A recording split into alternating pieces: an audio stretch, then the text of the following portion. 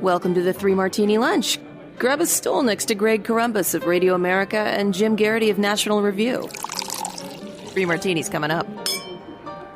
Jim Garrity is back today. That is the best martini of the day, but we also have good, bad, and crazy for you. And Jim, let's begin with great news. In addition to the fact that you're back, there is another vaccine about to be available to help ward off the coronavirus and get us, hopefully, back to normal. CNN, in an analysis released Wednesday, the U.S. Food and Drug Administration said the Johnson & Johnson COVID-19 vaccine has met the requirements for emergency use authorization. The efficacy of the Johnson & Johnson vaccine against moderate to severe or critical COVID-19 across all geographic areas was 66.9% at least 14 days after the single-dose vaccination and 66.1% at least 28 days after vaccination. A new analysis meant to brief the FDA's Vaccines and Related Biological Products Advisory Committee said. Boy, that's a long title for a committee. In the briefing document, the FDA said that it has reviewed the data for the vaccine and has determined that it is, quote, consistent with the recommendations set forth in FDA's guidance, emergency use authorization for vaccines to prevent COVID-19. So, Jim, a couple of good pieces of news here. Number one, it works. Number two, it's only one dose, so you don't have to sign up for that second dose. And number three, and correct me if I'm wrong here, I think this one approaches it the old way by giving you a very weakened form. So it's not the mRNA version. So if you're a little weirded out by that, you've got an alternative here. Yeah, and this is produced by Johnson & Johnson. It was actually kind of seen as I don't want to say a front runner, and being the third dose to come out is nothing to sneeze at. As you mentioned, this should be much easier to ship and distribute. Not needing any special refrigeration helps, although there have been some studies indicating that maybe the Pfizer and Moderna's won't need quite the same level of super cold refrigeration that we thought that we did. And also, apparently, it sounds like Pfizer and Moderna do give you a decent amount of protection after that first shot, which, by the way, is not an instruction for anybody to forego the second shot, but just kind of a nice sign that it works well. But one shot, and then you're done, sounds terrific to a lot of Americans. It should be great. I will skip over most of my New York Jets jokes because Robert Johnson and Woody Johnson, the owners of the New York Jets, Chris Johnson and Woody Johnson, are of the Johnson & Johnson family. I will point out, though, that there is a catch with this, Greg. It is traditional, a little bit of disappointment, those of us who have seen products from the Johnson brothers. They expected, in fact, they were telling the government we should have 12 million doses ready to go for the federal government to distribute by the end of February. You may have noticed we're almost at the end of February. And now they're saying, according to the New York Times, they told lawmakers on Tuesday that they have nearly 4 million doses to go, which is not the 12 million that they said they were going to have. This, by the way, I assume is at that warehouse in Baltimore that has been producing them. That warehouse and production facility was stockpiling the Johnson & Johnson vaccine and the AstraZeneca/Oxford vaccine. And the report back in the Baltimore Sun a couple weeks ago was that they had tens of millions of doses. So for them to only have 4 million, I guess maybe they got a whole lot of AstraZeneca and not nearly as much Johnson & Johnson.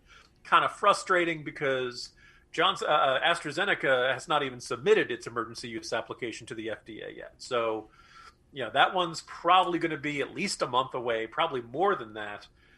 And so, it's good to have 4 million. But look, I think the bottom line is, as we've heard from the Johnson brothers before, this is kind of a rebuilding year. We had high hopes. We should not have put Adam Gase in charge of production. We just haven't gotten the production we expected from our products. And those of you who are wearing green and white have expected this for quite some time. So overall, it's very good news. 4 million doses is still more 4 million doses than we didn't have last week. Let's get it out there. Let's get it into people's arms, and we can get a little bit closer to herd immunity each day. So if I'm hearing you right, Jim, the Johnsons are saying we're almost there. We're just not quite there yet. Hang with us, and we'll be there really soon. We just need more patience, as if this fan base hasn't been patient enough. Are you also urging folks to be a little bit cautious about getting the Johnson & Johnson product between September and December? Well, look at the upside. It never fails you in January. And it's always very hopeful in April. So that might be your hopeful chance. In April and, reasonable optimism in August. It's just all about the timing. Oh, man. Well, that is excellent news. Hopefully you can breathe a sigh of relief and maybe just lounge around in some very comfortable products from MyPillow. I have been using the MyPillow for a long time. Now I'm trying out all these other products, including the sheets and eventually the towels. But did you know that MyPillow is about more than just the fantastic pillow? Because now MyPillow is giving the same attention that they've given their pillows to their towels and sheets and many other products. Right now, 3 Martini Lunch listeners can buy one, get one on all 6-piece towel sets and the Giza Dream Sheet sets. My Pillow towels have proprietary technology that makes them highly absorbent. They are soft to the touch without that lotiony feel. They have a 10-year warranty and a 60-day money-back guarantee. They are washable and dryable, and they have 7 colors to choose from. The MyPillow Giza Dreams bed sheets are made with the world's best cotton, making them ultra soft and breathable. The sateen weave gives them a luxurious finish and will have you sleeping like a dream. The sheets also come with a 10-year warranty and a 60-day money-back guarantee. They are washable and dryable to stay healthy. Wide variety of colors and sizes to fit any personal style and bed. Visit MyPillow.com to learn more. Right now, 3 Martini Lunch listeners, again, all 6-piece towel sets and Giza sheets are buy one, get one free. Just use the promo code Martini at checkout or call 800-874-0104. That's MyPillow.com, code Martini, or call 800-874-0104 for buy one, get one on all 6-piece towel sets and the Giza Dream Sheets. All right, Jim.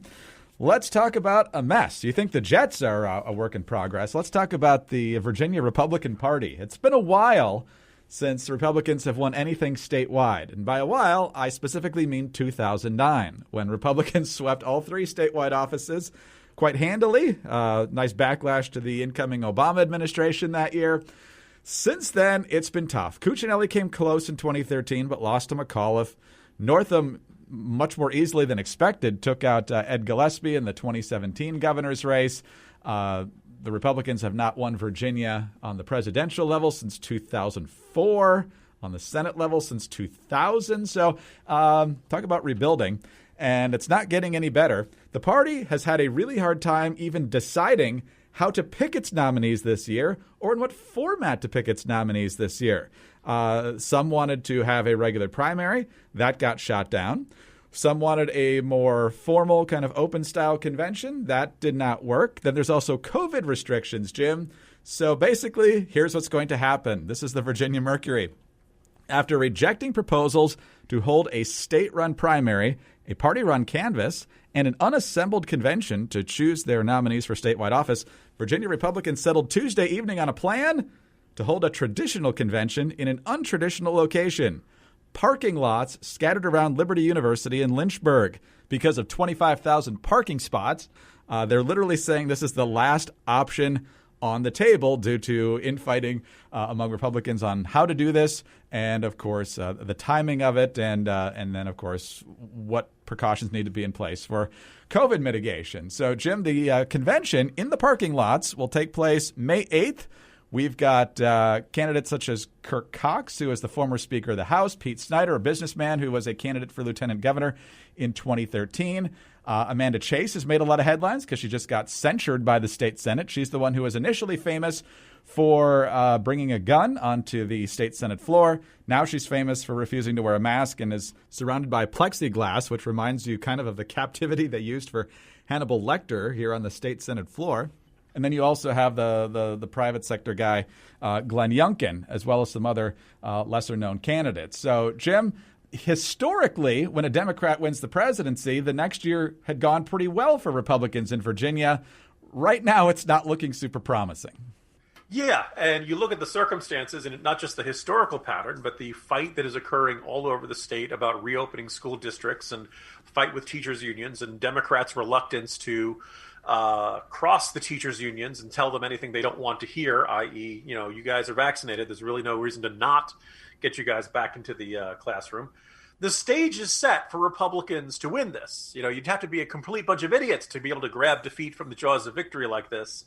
To which the Virginia Republican Party is apparently saying, challenge accepted. Hold my beer. Because if you thought Four Seasons landscaping was a subpar backdrop for a political event, oh no, let's hold our nominating convention in the parking lot of Liberty University. What was the Walmart parking lot booked that weekend? You got to. It's no not. To, hey, has anything gone on with Liberty University lately that might have kind of soured their image or might have kind of given? Like it's absolutely infuriating. That'd be the case. Yes, I completely understand they have requirements for COVID and all of that. This wouldn't be an issue if people in the state liked wearing masks. But apparently some people have problems with that too. Including one of the candidates who apparently needs to be in a plastic case like Magneto. But ironically, of course, the ability to magnetically control objects is one of the side effects of the vaccine if you buy into the theory that, Bill Gates is putting microchips into all of us. I hope the party can recognize the opportunity before us. I hope they understand that, there are a whole bunch of voters out there, particularly in my part of the neck of the woods in Northern Virginia, who are not necessarily dyed-in-the-wool, deep blue, hardline progressives who are willing to go along with anything that the Alexandria Ocasio-Cortezes of the world want to go along with. They are all, however, you got to not scare the horses, so to speak, folks. You basically have to come across as a nice, pleasant, consistently conservative, focused on pocketbook issues. You don't want to get into this culture war stuff. Bob McDonnell won this state by like a 60-40 margin back in 2009. I know it seems like it was a long time ago, but we've only had 2 gubernatorial elections since then. If you don't alienate the suburbs, Republicans can do fine. But some of these candidates are obviously going to be the kind of alienating suburbanites. And let's point out that the Democrats, it's an open contest. I guess right now you'd probably give Terry McAuliffe the inside track, but I don't think it's a guarantee at this point. There's a decent chance Democrats are going to nominate some far left crazy person. And if this, again, the stage is set. This is all you got to do. I don't know if Virginia Republicans will have it in them. Listeners in Virginia, you can prefer the folks you want, but some of these candidates strike me as being head and shoulders above the others. I'd prefer if you have a record of getting things done in politics as opposed to just rabble-rousing and all that. So we'll see how things shake out, but the backdrop of the parking lot is not the start to the nomination process that at least I would like to see. They paved regular order and put up a parking lot, I guess, for the Virginia GOP. Deep cut, Greg. Deep cut. And Jim, one thing I was hoping for, and you alluded to it there for a minute, was I was hoping for kind of a political slugfest on the Democratic side. And like you said, we might still get it. They are actually having a primary. But the way Terry McAuliffe has shot out of the gate here with fundraising and endorsements from people all throughout the party, I'm starting to wonder whether this is going to be as competitive as I was hoping. I mean, you still got Justin Fairfax, the twice accused alleged rapist, who's the lieutenant governor. He's running. You've got a number of state senators and state delegates running, including Lee Carter, who is from Northern Virginia and I believe is an avowed socialist, at least, if not an avowed Marxist. The only person who's endorsed him so far, Jim, you'll be pleased to know, Marianne Williamson. So that's how she's staying relevant, endorsing a guy who has little name recognition in most of the state. But is Terry going to get some blowback here? Is he going to have a fight to get the nomination, or is this going to be a coronation here? I was thinking about this, Greg. I mean, you think back to Terry McAuliffe. You think back to Governor Blackface, Ralph Northam. Mm-hmm. You look back to Cree Deeds, who got walloped back in 2009. But generally, Virginia Democrats do not pick the most leftward option that they have.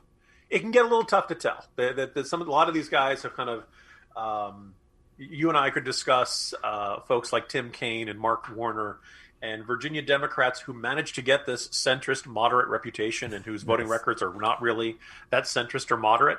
But by and large, if you campaign as a really outspoken progressive, your odds of winning the nomination are not great. And up until fairly recently, you could say that the odds of you winning the nomination, being from Northern Virginia, the most populated part of the state, is not a guarantee of winning the nomination in the Democratic Party, which is a little surprising because you'd figure, if you have the most voters up in the northern part of the state, the D.C. suburbs, well, then that's where you'd be in your strongest position in the primary. But at least up until very recently, Northern Virginia Democrats thought about what the rest of the state thought. And they said, hey, you know what? Let's go for the candidate who's likely to appeal to those less democratic, less liberal-leaning portions of the state. Doesn't always work out that way. Cree Deeds blew up in their face. It did not necessarily, it was not necessarily a guarantee. But Ralph Northam does not speak like he's from Northern Virginia. There's kind of this sense, like, I guess we say that Virginia Democrats seem to recognize that the left wing of their party does not represent the majority of the state, and that if they nominate somebody too far to the left, they're probably going to lose. It'd be nice to see if Virginia Republicans could learn a similar lesson in the other direction. Yes. Well, conventions are way different than primaries. You can kind of control the outcome a little bit easier at conventions. But if 2013 is any indication, that doesn't always work out the way some people think either. So we will keep watching. But if Democrats win again in 2021, and we certainly hope that they do not, you'll want to hang on to your pocketbook even tighter. But it's also smart just to get your finances in order in general. Look, times are tough, and worrying about your student loan payments doesn't make things any easier. And that's where refinancing with Earnest can help. Earnest offers low-rate student loan refinancing, and you can check your rate risk-free in just 2 minutes. With Earnest, you get radically flexible payments, and you can pick your loan terms. By refinancing, you can reduce your loan term, save money, or combine multiple loans into a simple monthly payment. And if you have questions, you can even talk to a real live human being at Earnest for help. Now, isn't it time you stopped feeling overwhelmed by your student debt? You had me at real life human. I've been dealing with some automated systems lately, and those are just a mess. Earnest is offering 3 Martini Lunch listeners right now a $100 bonus. Refinance your student loans at earnest.com/martini. Terms and conditions do apply. Once again, you get a $100 cash bonus when you visit earnest.com/martini to refinance your student loan. It's not available in all states. Terms and conditions apply.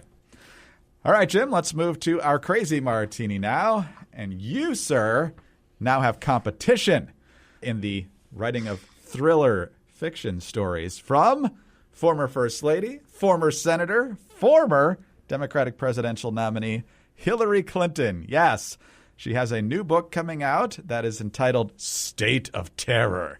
And as reported in Axios, a fictional Secretary of State works for a former rival's administration and must unravel a deadly conspiracy theory. Here is the synopsis. A novice Secretary of State joins the administration of her rival, a president inaugurated after 4 years of American leadership that shrank from the world stage. A series of terrorist attacks throws the global order into disarray, and the secretary is tasked with assembling a team to unravel the deadly conspiracy, a scheme carefully designed to take advantage of an American government dangerously out of touch and out of power in the places where it counts the most. Jim, sounds like a page turner, and I'm sure this secretary will just be an absolute heroine, making wonderful decisions all the way along. So when I set out to write my thrillers, Between Two Scorpions and Hunting Four Horsemen, available at Amazon.com, one of the things, like we've probably, if you've picked up bad thrillers and you've seen them and you've recognized cliches and you read scenes and shootouts and it all sounds very, very similar.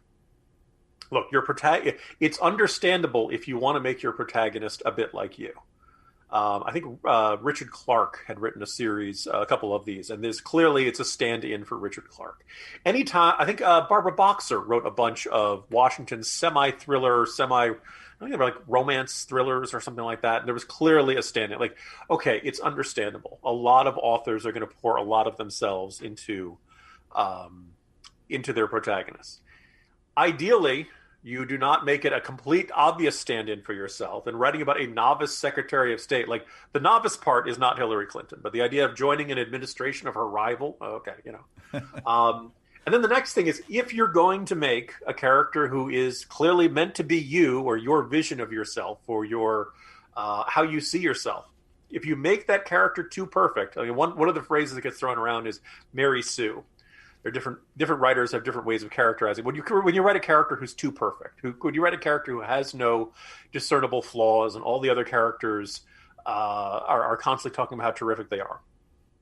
In mine, Alec Flanagan is very much a bumbler. He is very much a guy who is in over his head. He's very much a guy who cannot, So if you look, Alec reminds me, it sounds like, Jim's talking through this character. Yes, and I also see myself as blitheringly incompetent in a whole bunch of situations. If the Hillary Clinton stand-in in this novel is super duper terrific and is the one who's, cracking the case and always coming up with the right answers and all that stuff, first of all, I'm not buying the idea that Hillary Clinton can disarm a ninja. Okay, just not seeing it. So the question is, there's a part of me like I want to read it just to see how bad it is. Bill Clinton had done one with James Patterson, Yes. and people may remember that extraordinarily awkward interview with, I think it was Craig Melvin of NBC News, where Melvin had the audacity to bring up the Me Too issue and Lewinsky stuff. And remember, we got another glimpse of that purple-faced rage from Bill Clinton as James Patterson just sat there awkwardly staring at the ceiling and just wishing to be anywhere except next to Bill Clinton here. I didn't read it. I think what that one is, the president is missing, right? And the whole idea is that Bill Clinton, was offering some sort of particularly special, unique insight for thrillers and stuff. Look, there are terrific thrillers that have been written by people who've worked in the spy world and worked in the military and can bring that kind of firsthand experience to that sort of thing. And there are people who don't have that kind of experience who still write great. Tom Clancy was never in the military. And I think everybody would agree his thrillers are among the top of the game. I don't think Brad Thor has ever been in the military. You can generally get a great sense of realism through good research, and I've tried to do that in mine. I'd be curious about how much of this is being written by Hillary Clinton and how much of this is being written by her co-author, and whether that person really is more of a ghostwriter. But the second thing is, okay, so what is being said by this? And if the entire evil conspiracy at the heart of this thriller in her novel is run by someone named, Ronald Trump, I think we're going to know what she's saying and what this, how this book is a form of cathartic therapy for her or something like that. Oh, by the way, Greg, I don't know if you've noticed, but the bookshelves, the shelves are creaking under the weight of all of the thrillers written in the last 4 years that not just use Russia as a bad guy. I mean, I have no gripe with that, but who basically used thinly veiled Trump stand-in characters and thinly veiled versions of the Russiagate conspiracy, except in the thriller novels, they're true. And, the heroes always uncover that, and they don't have, say, a 2-year investigation by a former FBI director who comes back and says, yep, nope, wasn't there, couldn't find the evidence. Jim, I didn't read the Patterson Bill Clinton book, and I have really no intention of reading this one. Certainly not going to spend any money on it. One of the other things that was certainly eye-opening in the Clinton-Patterson book, though, was how soon in that novel the First Lady was killed. So I'm curious to see what happens to the secretary's husband in this story. Will he be kidnapped and tortured? I mean, what other subliminal ideas will be coming out of this? I believe that when Patterson first went to Bill Clinton with the proposal that the First Lady should be killed off early in the book, I believe his response was, that's some good stuff there, James. I like that. I think, in fact, we need to have some sort of dashing femme fatale who hooks up with this sad widower president who definitely needs comforting in her eyes or thighs or wherever that may be. Well, if it's as good as, and I put that in quotation marks, as Hillary Clinton's previous books that are supposedly real about things that happen in her life, I'm sure this will be a real page turner. Jim, on that note, great to have you back. Talk to you tomorrow. See you tomorrow, Greg. Jim Garrity, National Review. I'm Greg Corombos, Radio America. Thanks for being with us today. Please subscribe to the 3 Martini Lunch podcast. We are always grateful for your 5-star ratings and your kind reviews. Get us on those home devices. All you have to say is play 3 Martini Lunch podcast. Follow us on Twitter. He is at Jim Garrity. I'm at Dateline_DC. Have a great Wednesday, and please join us on Thursday for the next 3 Martini Lunch. Open borders are inhumane. Joe Biden's immigration policies are already causing huge problems, from stopping border wall construction, releasing criminals into our communities, exposing our children to them, to the desperate people being exploited by the cartels on their way into the United States. I'm Sarah Carter. On The Sarah Carter Show, we are following this issue very closely, and I'll share my expertise and my terrific sources to explain how this impacts our nation and our families. Subscribe to The Sarah Carter Show at Apple, Spotify, or wherever you get your podcasts.